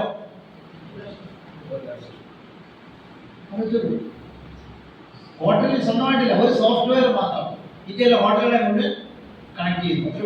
പക്ഷേ ആ ഒരു 50,000 ഹോട്ടലുകളെ ഒന്നിപ്പിക്കാൻ വേണ്ടി അദ്ദേഹം കുറെ സ്ട്രഗിൾ എടുത്തിട്ടുണ്ടാവും അല്ലേ? ഉണ്ടായില്ലോ? അതിന്റെ പുറകെ കുറെ കാര്യങ്ങൾ ചെയ്തിട്ടുണ്ടല്ലോ. ഒറ്റ ദിവസം ഉണ്ടായതാണ് ഇത് അല്ല. പക്ഷെ രാഷ്ട്രീയത്തിൽ തുടങ്ങിയതല്ലേ? ഇന്ന് നമ്മൾ കാണുന്ന പലതും ഇതാണ്. ഓല അല്ലേ, ഊബർ, ഇതൊക്കെ എന്താ? എല്ലാം ഒരു ആശയത്തിൽ തുടങ്ങിയതാണ്. അപ്പൊ ഒരു ആശയം നമ്മുടെ കയ്യിലുണ്ടെങ്കിൽ തീർച്ചയായിട്ടും വിജയിക്കാം അല്ലെ? നമ്മുടെ ഇപ്പൊ ഈ 2 കാര്യങ്ങൾ ഞാൻ ചെയ്തി. ഇവിടെ ഇരിക്കുന്നവർക്ക് കോമൺ സെൻസ് ഉണ്ടോ? ഇല്ലയോ? ഇല്ലാത്തവരാരുണ്ടോ? എല്ലാവർക്കും ഉണ്ട്. ഇത് ഈ സാധനം ഉണ്ടോ? ഈ ആശയം നമ്മൾ കണ്ടോ? എല്ലാവരും നോക്കാം. ആശയത്തിന്റെ സി എന്താണെന്ന് മാത്രം നോക്കിയാൽ മതി. എന്താണ് സി? റൈറ്റ് കോൺസെപ്റ്റ് മാർക്കറ്റിംഗ് എന്നാണ് ആശയം. ഒരു നവീന ആശയമാണിത് അല്ലേ? എന്താണ് ആശയം പറയുന്നത്? ഇടനിലക്കാരും പരസ്യക്കാരും ഇല്ലാത്ത ഒരു വിതരണ രീതിയിൽ കൂടി ഒരു സാധാരണക്കാരന്റെ അക്കൗണ്ടിൽ അവൻ ആഗ്രഹിക്കുന്ന അത്രയും തുക എത്തിക്കാം. ആഗ്രഹിക്കുന്ന അത്രയും അല്ലേ? ഇതാണ് ഈ കൺസെപ്റ്റ് എന്ന് പറയുന്നത്. ഇതിനകത്ത് ജോയിൻ ചെയ്യാൻ പൈസ ഇല്ല ഉണ്ടോ? എന്തെങ്കിലും മാറ്റങ്ങളുണ്ടോ? ഏതൊരു സാധാരണക്കാരന് ജീവിതത്തിൽ വിജയിക്കണമെങ്കിൽ അവന്റെ മുമ്പിൽ ഒരു ഓപ്പർച്യൂണിറ്റി തന്നിരിക്കുകയാണ്, കൺസെപ്റ്റ് തന്നിരിക്കുകയാണ്. അതിനെ ശരിയായ രീതിയിൽ നിങ്ങൾക്ക് മനസ്സിലായി പഠിച്ച് പറഞ്ഞ കാര്യങ്ങൾ ചെയ്താൽ നിങ്ങൾക്ക് ഇത് കൂടി അനവധി നേട്ടങ്ങൾ ഉണ്ടാകാം. ഇല്ലേ? പറ്റുന്നില്ലേ? ഇഷ്ടംപോലെ എന്റെ ടീമിൽ തന്നെ കാണിക്കാം.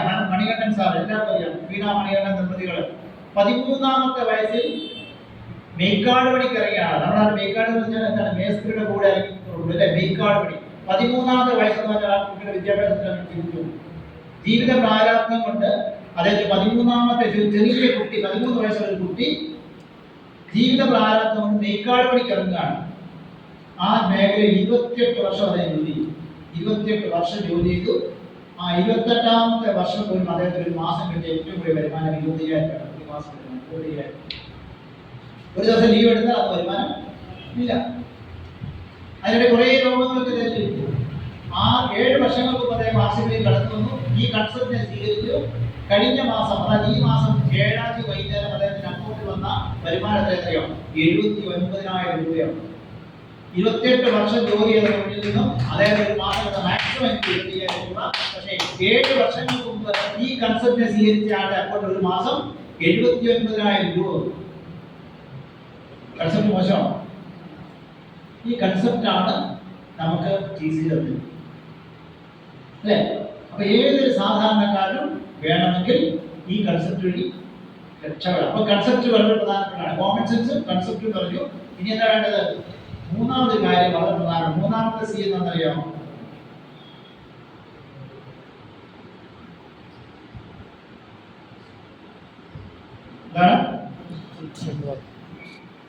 Constant work. ഇവിടെയാണ് നമ്മുടെ പ്രശ്നം. ഒരു കാര്യം നമ്മൾ ഉറച്ചു നിൽക്കുന്നത്. ഗോപമാസാന്റെ ഭാഷ പറഞ്ഞാൽ മങ്കിമേലാണ് ദൈവം മനുഷ്യന് കൊടുത്തിരിക്കുന്നത്. ഒരിടത്തും മങ്കിമേന്ന് മനസ്സിലായില്ലേ? കൊരങ്ങന്റെ സ്വഭാവം. ഒരിടത്തും ഉറച്ചു നിൽക്കുന്നില്ല. ഒരു പരിപാടി ഉറച്ചു നിൽക്കുന്നില്ല അല്ലേ? അതാണ് പ്രശ്നം. അതുകൊണ്ടാണ് TC നമ്മുടെ സ്വഭാവം മനസ്സിലാക്കിയതുകൊണ്ടാണ് ഒരു പുതിയ പരിപാടി കൊണ്ടത്. എന്താണ്? കൺസിസ്റ്റൻസി പർച്ചേസ് കൊണ്ടത് അല്ലേ? നമുക്ക് സ്വഭാവം മനസ്സിലായത് TC കാര്യം കഴിയും. ഇവരോടൊന്നും പറഞ്ഞ ഒരു കാര്യമില്ല, എന്തെങ്കിലും നല്ലത് കിട്ടും. അങ്ങനെയാണ് കൺസിസ്റ്റൻസി പർച്ചേസ് ഉള്ളത്. അതുകൊണ്ട് നമുക്കെല്ലാം ഗുണകരമായി അല്ലേ? കൺസിസ്റ്റൻസി പർച്ചേസ് ഉള്ളതുകൊണ്ട് നേട്ടതാണ്. വീട്ടിൽ ഇപ്പോൾ സാധനം ചില മാസങ്ങളിൽ വീട്ടിൽ കൊടുത്ത് അയാൾ പൈസ കൊടുത്ത സാധനം വേണ്ട, വാങ്ങേണ്ട ആവശ്യം. കൺസിസ്റ്റൻസി പർച്ചേസ് സാധനം കിട്ടുന്ന വരുന്നില്ല. ഫ്രീ ആയിട്ട് കിട്ടിയത് ഒരേ ആൾക്കാണ്. ഫ്രീ ആയിട്ട് സാധനം കിട്ടുന്നതായിട്ട് എത്രയായിട്ട് വേണം സാധനം?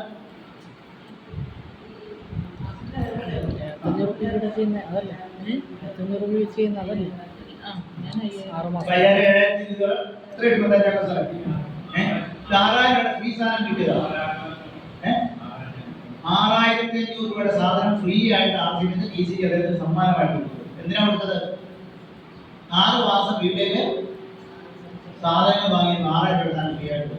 നമ്മൾ എത്രയോ കടകളിൽ നിന്ന് സാധനങ്ങൾ വാങ്ങാറുണ്ട്. ഇന്ന് വരെ ഏതെങ്കിലും കടയിൽ കൊച്ചു മുട്ടായി ഉണ്ടായിരുന്നു ഫ്രീ ആയിട്ട്. ഇവിടെ 6 മാസം സാധനം വാങ്ങിയ എല്ലാ 6 മാസവും തരും. $7,500 $7,500 സാധനം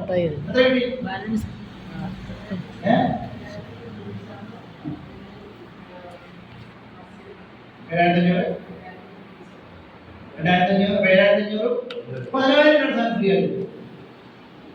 അതിനോട് എന്ത് ചെയ്തു? സാധനം ഫ്രീ കിട്ടാൻ വേണ്ടി എന്ത് ചെയ്തു? ചായ കുടിച്ചു, പല്ല് കുഴിച്ചു, ചപ്പാത്തി കഴിച്ചു, കുളിച്ചു, കുറെ മറ്റേ സാധനങ്ങൾ വായിച്ച് മുഖത്തൊക്കെ വായിച്ചു വെച്ചു, മീറ്റിംഗ് പോയി വെറുതെ ചികിത്സിച്ചു.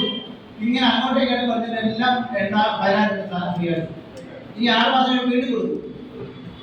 ഓരോ 6 മാസം കഴിയുമ്പോൾ സാധനം ഫ്രീ ആയിട്ട് കിട്ടുന്നു. വേറെ എവിടെയെങ്കിലും കിട്ടുമോ? നിങ്ങൾ ഏത് കടയിൽ പോയി സാധനം വാങ്ങിയാൽ ഫ്രീ ആയിട്ട് സാധനം കിട്ടും. ഇത് ഒരാൾക്കല്ല കൊടുക്കുന്നത്. ഇന്ത്യയിലെ ലക്ഷക്കണക്കിന് കോടിക്കണക്കിന് ആൾക്കാരുടെ വീട്ടിലേക്ക് നിത്യോപയോഗ സാധനങ്ങൾ ഫ്രീ ആയിട്ട് കൊടുക്കുന്ന ഒരു സംവിധാനം ലോകത്തെടുത്തിട്ടുണ്ടെന്ന് പറയും. ആവശ്യമല്ലാതെ ഏതെങ്കിലും സംവിധാനം കോടിക്കണക്കിന് ആൾക്കാരുടെ വീട്ടിലേക്ക് കൊടുക്കോ? ഇല്ല. അല്ല, നിങ്ങൾ അറിയാതെ ഏത് പ്രസ്ഥാനത്തെ പേര് പറഞ്ഞോളൂ. ലക്ഷങ്ങൾ കോടികൾ വരുമാനം ഉണ്ടാക്കുന്ന കമ്പനികൾ ഇന്ത്യയിൽ ഉണ്ടായിട്ടും ഒരു സംവിധാനം ലക്ഷക്കണക്കിന് കോടിക്കണക്കിന് ആൾക്കാരുടെ വീടുകളിലേക്ക് അവരുടെ നിത്യോപയോഗ സാധനം കൊടുത്തിട്ടില്ല. ഇനിയോട്ട് കൊടുക്കുമെന്ന് നിങ്ങൾ പ്രതീക്ഷിക്കണം. അതാണ് ഈ ഒരു പ്രസ്ഥാനത്തിന്റെ മഹത്വം എന്ന് പറയുന്നത്. നിത്യോപയോഗ സാധനങ്ങൾ വാങ്ങാൻ കാശില്ലാത്ത ലക്ഷക്കണക്കിന് ആൾക്കാരുടെ രാജ്യത്ത് ലക്ഷക്കണക്കിന് കോടിക്കണക്കിന് ആൾക്കാരുടെ അക്കൗണ്ടിലേക്ക് ഫ്രീ ആയിട്ട് സാധനം 6 മാസത്തേക്ക് ഫ്രീ ആയിട്ട് വാങ്ങും. എനിക്കൊരു മാസം കിട്ടും 20,000 രൂപ ഫ്രീ പ്രൊഡക്റ്റാണ്. ഞാൻ വൈഫ് മാത്രമല്ല, 2 മക്കളും അടുത്തില്ല. 20,000 രൂപ സാധനം എന്ത് ചെയ്യണമെന്ന് അറിയാതെ ഞാൻ വിഷമിച്ചിട്ട് എടുത്തൊരു സാധനം എന്താ ചെയ്യുക? കാരണം നമ്മുടെ രീതി എന്താ? രാവിലെ എനിക്ക് പ്രോട്ടീൻ പൗഡറും ഗുളിക എല്ലാവരും കഴിക്കുക. രാവിലെ ബ്രേക്ക്ഫാസ്റ്റ് ഇല്ല. ഉച്ചയ്ക്ക് ഏതെങ്കിലും മീറ്റിംഗ് ആകുമ്പോൾ അവിടെ എന്തെങ്കിലും കഴിക്കും. വൈകുന്നേരം വരുമ്പോൾ ഫ്രൂട്ട്സ് മാത്രമേ കഴിക്കാറുള്ളൂ. അപ്പൊ ഈ കിടന്ന സാധനം എന്ത് ചെയ്യും? പക്ഷെ ഒരു കാലത്ത് സാധനം വാങ്ങാൻ വിഷമിച്ചിട്ടുള്ള ആളാണ് ഞാൻ. എന്റെ ജീവിതത്തിൽ ഞാൻ ഒരു സംഭവം കണ്ടു. ഒരു പ്രാവശ്യം ഒരു എണ്ണ വാങ്ങാൻ പോയപ്പോൾ കടയിൽ ചെന്നപ്പോൾ പറഞ്ഞു 50 രൂപയാണ് ഒരു പാക്കറ്റ് എണ്ണ. 50 രൂപ എന്നുള്ളത് എടുക്കാനില്ലായിരുന്നു. അപ്പോഴാണ് പറഞ്ഞത് ലൂസ് ഉള്ളതിൽ 35 രൂപ ലൂസ് തരാമെന്ന്. ഞാൻ എന്റെ വീട് 1.5 കിലോമീറ്റർ നടന്നു പോയിട്ട് ഒരു പാത്രം വീട്ടിൽ എടുത്തുകൊണ്ട് 35 രൂപ എണ്ണ വാങ്ങിയിട്ട് എത്ര എനിക്കുണ്ട്. അന്ന് ഞാൻ കഷ്ടപ്പെട്ടു. പക്ഷെ ഇന്നോ ഇഷ്ടംപോലെ സാധനം ഉപയോഗിക്കാൻ പറ്റും. ആൾക്കാർ വിളിക്കുന്നതാണ് ദൈവ തുല്യനായ മനുഷ്യൻ എന്ന് പറഞ്ഞത്. കാരണം എന്താ?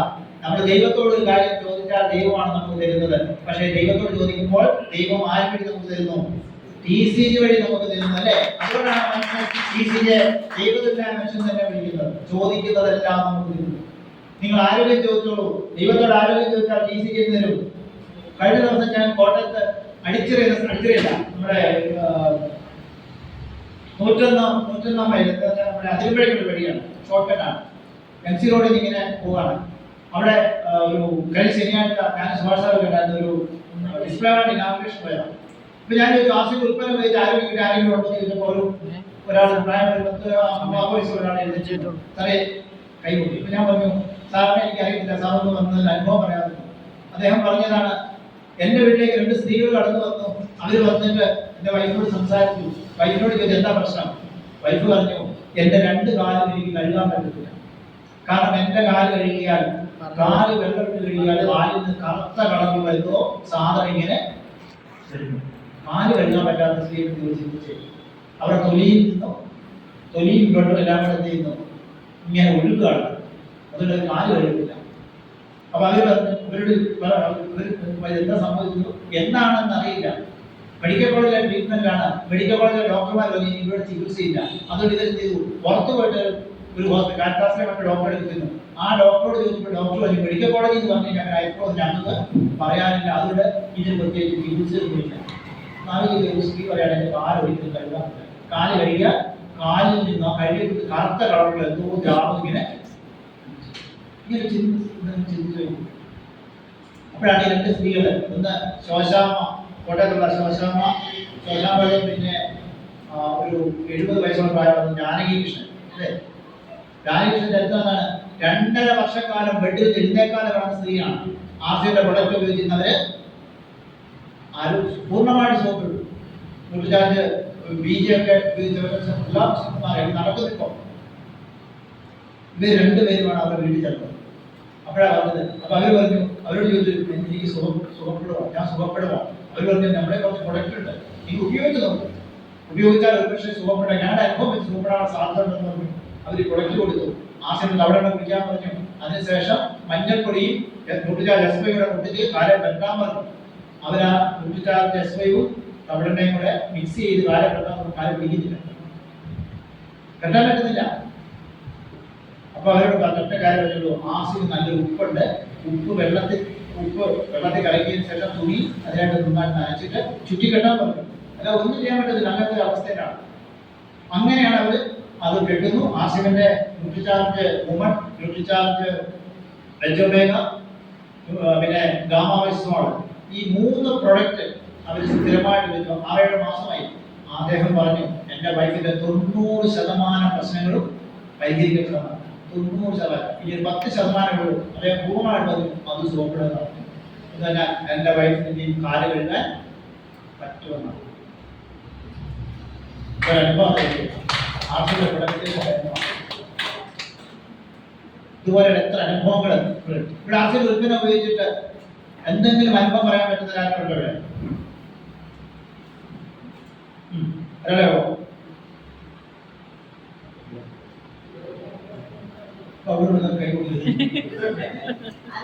ആരെങ്കിലും നോക്കിയാൽ ഞാൻ പറയുന്നത് എന്റെ അനുഭവമാണ് ഞാൻ പറയുന്നത്. മേഡം വരുമോ? മേഡം കൈ നോക്കി എന്താന്ന് കേൾക്കാം. ഒരാളുടെ അനുഭവം മാത്രം നോക്കി കേൾക്കാം. ഞാൻ തലവെടിയാ കുട്ടപ്പേരാണ്. പുതുപ്പടിയല്ലോ, പുതുപ്പടിയല്ലോ, ആലപ്പുഴല്ലോ. ആൾക്കാർ പറഞ്ഞു ഞാൻ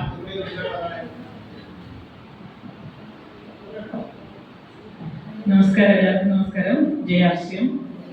ഞാനൊരു 2 വർഷത്തിൽ കൂടുതലായിട്ട് എല്ലാ സാധനങ്ങളും ഉപയോഗിക്കുന്നു. അത് ആരെയും കൺവിൻസ് ചെയ്തതല്ല. ഒരു പഞ്ചായത്തിലൊരു ക്യാമ്പ് രാജി മാഡം വന്നപ്പോഴേ ഞാൻ പരിചയപ്പെട്ടാണ്. കൊണ്ട് ആദ്യം ന്യൂട്രിചാർജ് ഒക്കെ ഉപയോഗിച്ചു. അതിലൂടെ എനിക്ക് ആരോഗ്യം നല്ലതായിട്ട് വീണ്ടെടുക്കാൻ പറ്റി. കുറച്ചേറെ പ്രശ്നങ്ങളുണ്ടായിരുന്നു. പിന്നെ അത് കഴിഞ്ഞാണ് ഞാൻ ഫുഡ് പ്രോഡക്ട്സിന്റെ ഒക്കെ എല്ലാം അറിഞ്ഞത്. ഇപ്പൊ ഒരു 3 വർഷമായിട്ട് ഞാൻ ഈ ഫുഡ് പ്രോഡക്റ്റ് എല്ലാം വീട്ടിൽ ഉപയോഗിക്കുന്നുണ്ട്. കുറച്ച് ആൾക്കാരിലേക്ക് എത്തിക്കാനും പറ്റിയിട്ടുണ്ട്. വളരെ നല്ലതാണ്. പ്രത്യേകിച്ച് എൻ്റെ മോൻ ഇപ്പോൾ 1.5 വർഷമായിട്ട് കുവൈറ്റിലുണ്ട്. നമ്മുടെ സാധനങ്ങളിൽ പ്രത്യേകിച്ച് റൈസ് ബ്രാൻ ഓയിൽ തീർന്നു കഴിഞ്ഞാൽ അവൻ വെള്ളം വയ്ക്കും. ഞാൻ അയച്ചതാ അല്ലെങ്കിൽ ആർക്കെങ്കിലും അതിൽ കൊടുത്തുവിടുക. കാരണം അതിലാണ് അവൻ കുക്ക് ചെയ്യുന്നതെല്ലാം. അപ്പൊ അങ്ങനെ ചെയ്യുന്നുണ്ട്. അവിടെ ഒരു ഹാർട്ടിന് പ്രശ്നം നമ്മളൊരു ബംഗാളി പയ്യൻ നമ്മുടെ കൂടെ ഉണ്ടായിരുന്നു. അതായത് വെളിയിൽ വർക്ക് ചെയ്യുന്നത്. അപ്പം ഹാർട്ടിന് പ്രശ്നം ഉണ്ടായിട്ട് ഹോസ്പിറ്റലിൽ പോയിട്ട് അപ്പോൾ ഒരുപാട് പൈസ അല്ലേ അവിടെ. അപ്പൊ മോൻ്റെ വെജ്